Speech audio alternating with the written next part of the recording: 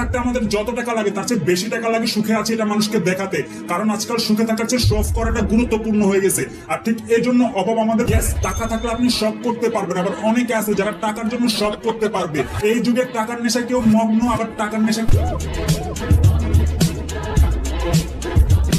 টাকা হচ্ছে এক ধরনের নেশা। মাদকের নেশা আপনাকে ধ্বংস করবে, কিন্তু টাকার নেশা আপনাকে বাঁচতে শিখাবে। ভিখারি থেকে কোটিপতি সবাই এই টাকার নেশায় মগ্ন, শুধু একটু সুখে থাকার জন্য। আর যারা বলে টাকা দিয়ে সুখ কিনা যায় না, তাদের লাথি মেরে মুখ। Yes, money can buy happiness, but it কান বাই স্কিলস। টাকা দিয়ে যদি দক্ষতা অর্জন করা যেত তাহলে দেশে এত কারাপশন হতো না। মাস্টার্স পাস করা ছেলেটা হাতে সার্টিফিকেট নিয়ে ঘুরতো না, আর না পারতে মেয়েটি বুড়োলার টাক্কু সরকারি টাক্কুকে বিয়ে করতো না।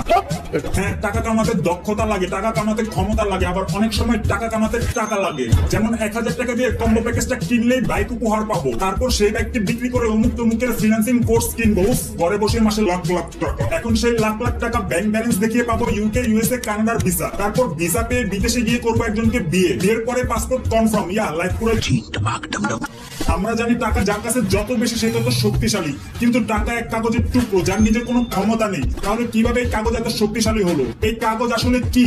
পৃথিবীর প্রায় 9 বিলিয়ন মানুষ বিভিন্ন ধর্ম অনুসরণ করে, কিন্তু এই বিভিন্ন ধর্মের মানুষ আবার একটি ধর্ম অনুসরণ করে, টাকার ধর্ম। প্রায় প্রতিটি মানুষ চায় আপনার টাকা তাদের পকেটে আনতে। আর ঠিক এই পৃথিবীতে কিছু প্রভাবশালী মানুষ আছে যারা চায় আপনাকে কন্ট্রোল করতে, আপনাকে ম্যানিপুলেট করতে, এক কথা তাদের সাথে আপনাকে নাচাতে। 1900 থেকে 1950 সাল পর্যন্ত পৃথিবীতে সবচেয়ে বেশি রেভলিউশন হয়েছে। Industry revolution, product revolution, service revolution, যার জন্য খুব ভালো ভালো প্রোডাক্ট আমাদের সামনে আসে, কিন্তু সেই প্রোডাক্টগুলো এতটাই ভালো ছিল যে খুব সহজেও নষ্ট হতো না। ফর এক্সাম্পল, একটা বাল্ব 50 বছরও নষ্ট হতো না, একটা ড্রেস 5-10 বছর পরেও কাপড়ের কিছুই হতো না। তাহলে এত শত সব কোম্পানি একবার প্রোডাক্ট সেল করার পর দ্বিতীয়বার ব্যবসা করবে কিভাবে? তো সেই সময় পৃথিবীর সব বড় বড় বিজনেসম্যান কোন এক মিটিং এ একটি সিক্রেট এগ্রিমেন্ট সাইন করে, আর সবাই মিলে ডিসাইড করে যে 3টা জিনিসকে খুব ভালোভাবে এস্টাবলিশ করতে হবে। After then they will control the world.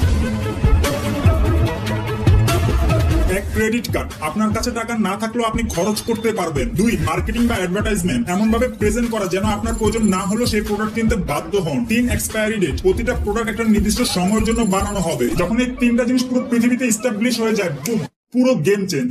বড় লোক আরো বড় হতে থাকে, গরিব আরো গরিব হতে থাকে, আর যারা গরিব কিন্তু নিজেকে বড় লোক মনে করে তারাই হচ্ছে মধ্যবিত্ত। ইয়েস, যারা আয়ের চেয়ে বেশি ব্যয় করে তাদের কাছে মানি ইজ এভরিথিং, আর যারা আয় বুঝে ব্যয় করে তাদের কাছে মানি ইজ নাথিং, শুধু একটা কাগজের টুকরা। কিছু মানুষ আছে যারা হুট করে টাকা পেয়ে যায়, কিছু মানুষ আছে যাদের জীবনে টাকা আসে যায়, আবার কিছু মানুষ আছে যারা টাকার জন্য স্ট্রাগল করে যায়, সারা জীবন টাকার জন্য কষ্ট করে সময় নষ্ট করে, আর মনে মনে ভাবে যদি ভাগ্য একবার লাগে। হ্যাঁ, ভাগ্যের দরকার আছে, but the luck is predictable. The harder you work, the luckier you get. আমাদের ব্রেন অনেক কম সময়ে অনেক কিছু দেখছে, বুঝছে, মজা পাচ্ছে, কিন্তু কি শিখছে? এখন যে সবচেয়ে বেশি শিখতে পারবে, যে সবচেয়ে বেশি নিজেকে এডুকেটেড করতে পারবে, ডেভেলপ করতে পারবে, অর্গানাইজ করতে পারবে, সেই সবচেয়ে বেশি কামাতে পারবে। ইয়েস, এই যুগে ভাগ্যের চেয়ে জ্ঞানের কদর বেশি, আর বাংলাদেশে জ্ঞানের চেয়ে নেতার কদর বেশি। তুমি ঠিক। 2 রকমের মাইন্ডসেট, স্ক্যারসিটি এন্ড ওয়েলথ। যারা স্ক্যারসিটি মাইন্ডসেটের হয় তারা মনে করে কপালের জোরে টাকা আসে, টাকার জন্য অনেক কষ্ট করতে হয়। এখন কষ্ট করার ভয়ে তারা মনে করে যতটুকু আছে আলহামদুলিল্লাহ, এত টাকা দিয়ে কি হবে, তাই তারা নিজেকে কখনো গ্রো করতে পারে না।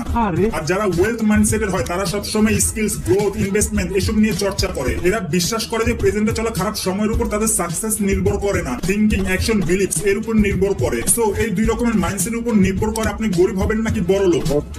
কিন্তু মজার বিষয় হচ্ছে আমাদের মাইন্ডসেট কেমন ভাবে সেট হবে সেটা আবার নির্ভর করে আমাদের অতীত থেকে, ব্রেনে জমে থাকা ছোটবেলা সেই মেমোরি গুলো থেকে।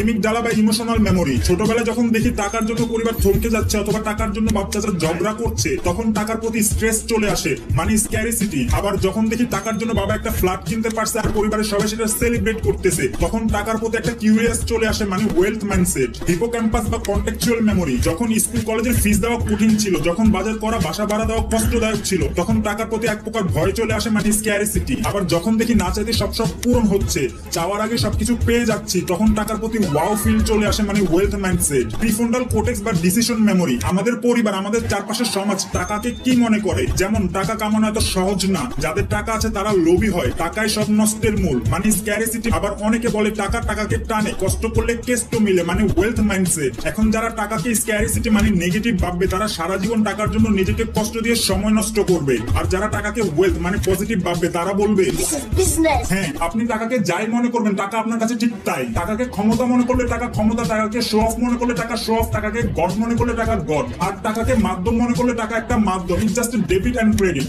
আপনি যতটুকু সার্ভিস আরেকজনকে দিতে পারবেন ঠিক ততটুকু সার্ভিস আরেকজন থেকে নিতে পারবেন টাকার মাধ্যমে। সহজ বাংলা বলতে গেলে টাকা হচ্ছে একটা দালাল, আর এই দালাল দিয়ে আমরা আমাদের মৌলিক চাহিদা পূরণ করি। That's it. এখন আপনার কাছে যতটুকু সার্ভিস আছে, যতটুকু নলেজ আছে, যতটুকু স্কিলস আছে, আপনি ঠিক ততটুকু টাকাই কামাতে পারবেন। So upgrade your self, not your savings account. যে মাস শেষে বেতন পেয়ে কষ্ট করে হলো কিছু টাকা জমা যেন ভবিষ্যতে সব পূরণ করতে পারি। Sad but true. But the truth is টাকা জমানোর জিনিস না, টাকা হচ্ছে কামানোর জিনিস। আর এই যুগে টাকা কামানোর জন্য শ্রমের চেয়ে বেশি বুকস লাগে,